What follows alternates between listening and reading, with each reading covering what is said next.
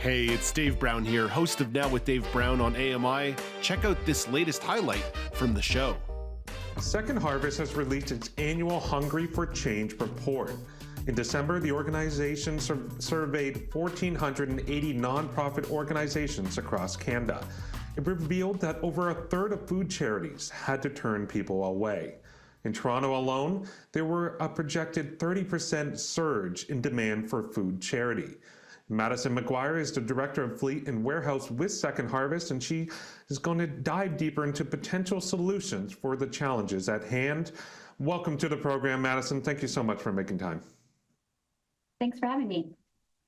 So what are some of the findings from this report that were alarming to you? Yeah, I think the first thing is just that unfortunately the demand continues to grow for accessing food programs across the country. So nonprofits across Canada that we surveyed anticipate an 18% increase in demand for their services, which translates to more than 1 million people accessing charity for the first time this year. And then the other part that was particularly alarming is the number of wait lists that these organizations are having to have. So nonprofits are being forced to turn people away because they've run out of capacity, food, or finances. So 36% of the charities that we surveyed currently have a wait list. And we ourselves know that too. Here at our direct delivery program that we operate in Toronto, we have over 70 organizations that are on our wait list and hoping to access that weekly free delivery of perishable surplus food. Right, and a big aspect or element of food insecurity is within the whole aspect of food waste. So what area of food waste needs to be addressed in this growing issue of food insecurity overall?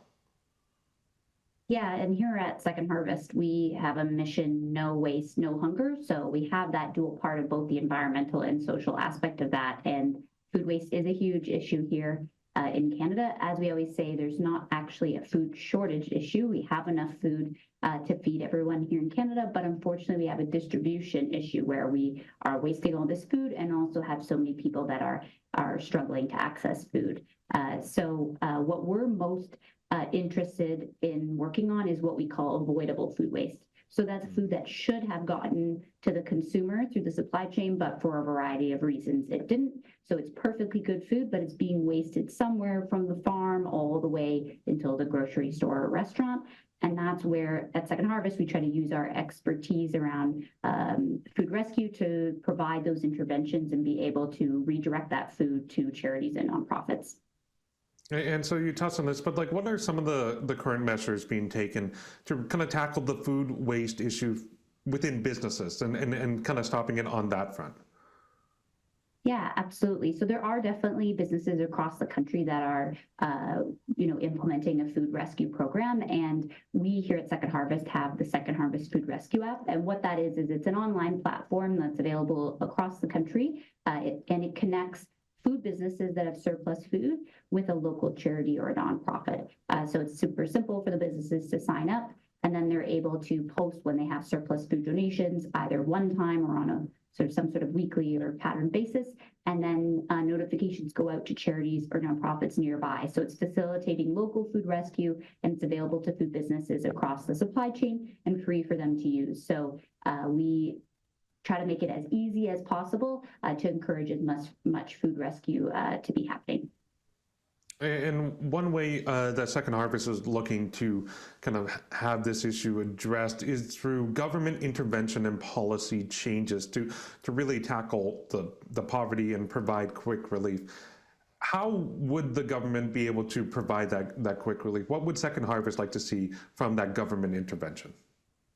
Yeah, absolutely. So in the Hungry for Change report, we sort of outlined 3 different policy interventions. So the first one is sort of a quicker, immediate change that could happen, which is for the federal government to expand the eligibility for the GST rebate.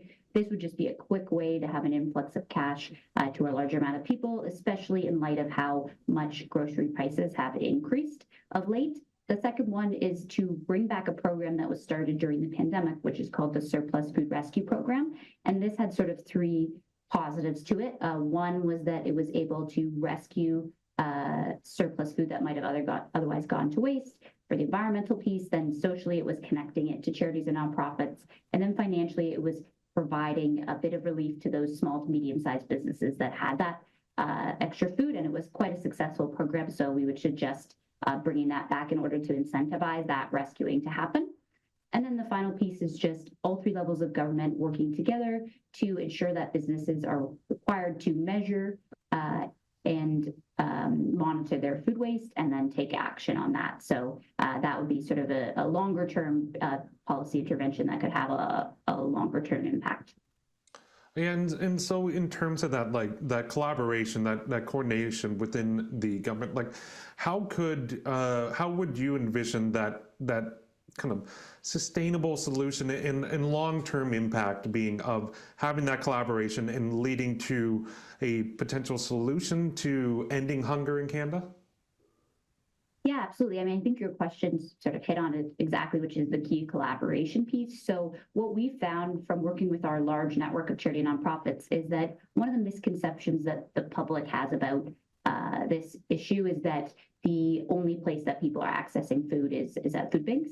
And we've actually done research that shows that people are actually accessing food in a variety of different places. We call it the invisible food network. And it's meaning, you know, maybe you're going to your faith-based place, newcomer residence, after-school program, shelter, community center.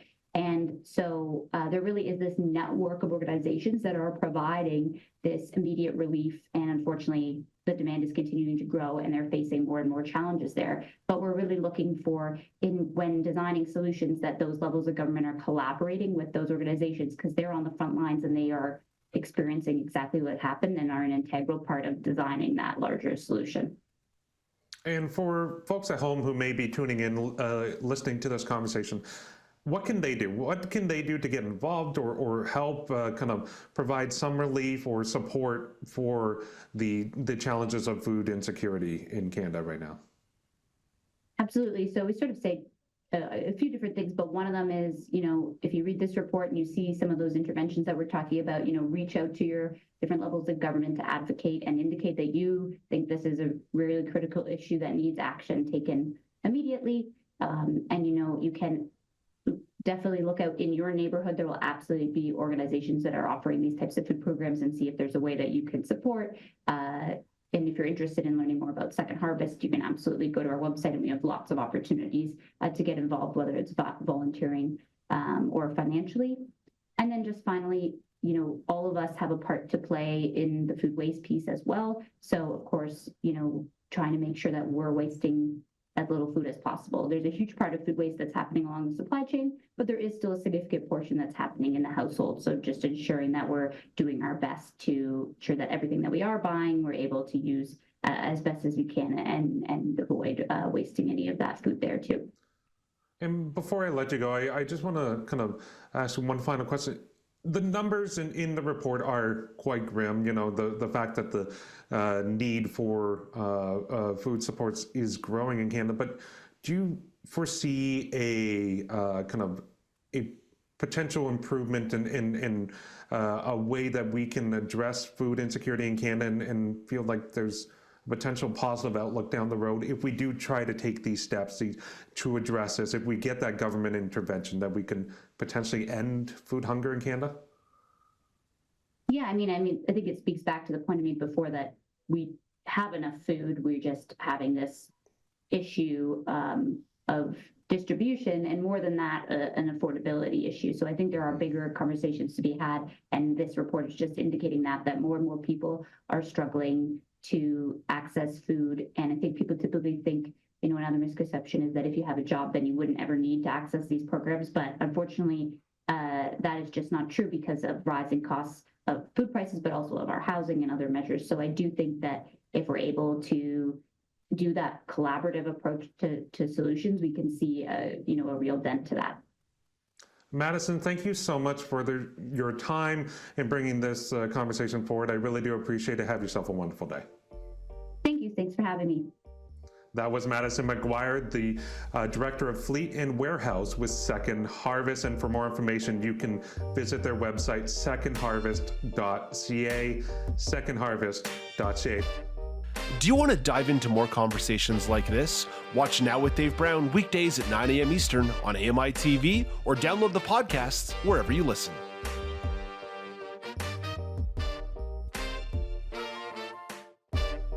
Do you want to dive into more conversations like this? Watch Now with Dave Brown weekdays at 9 a.m. Eastern on AMI.TV or download the podcasts wherever you listen.